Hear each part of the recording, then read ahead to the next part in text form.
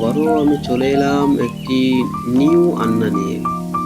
সে আন্নাটা দেখতে পাচ্ছেন, আন্নাটা হচ্ছে মেহগনি কাঠের। তার পালিশ বেসিং পালিশ করেছি এবং এই যে দেখতে পাচ্ছেন, ভালোভাবে দেখতে পাচ্ছেন তার পালিশটা হাতও হয়, আমরা বেশি করেছি। আর এই যে চারিদিকে ঘটগুলো আছে, নিচে 4টে ঘট আছে, খুব সুন্দরভাবে করা রয়েছে। নিচে একটা পেয়ে যাচ্ছেন এই যে একটা বক্স, বিভিন্ন রকমের আপনি জিনিস রাখতে পারেন, কোনো অসুবিধা হবে না, কারণ আপনার লক রয়েছে, আপনি লক করে দিতে পারেন। পাশে আর একটা পেয়ে যাচ্ছেন, এটাও সেম, আপনি ইউজ করতে পারবেন, অসুবিধা নেই।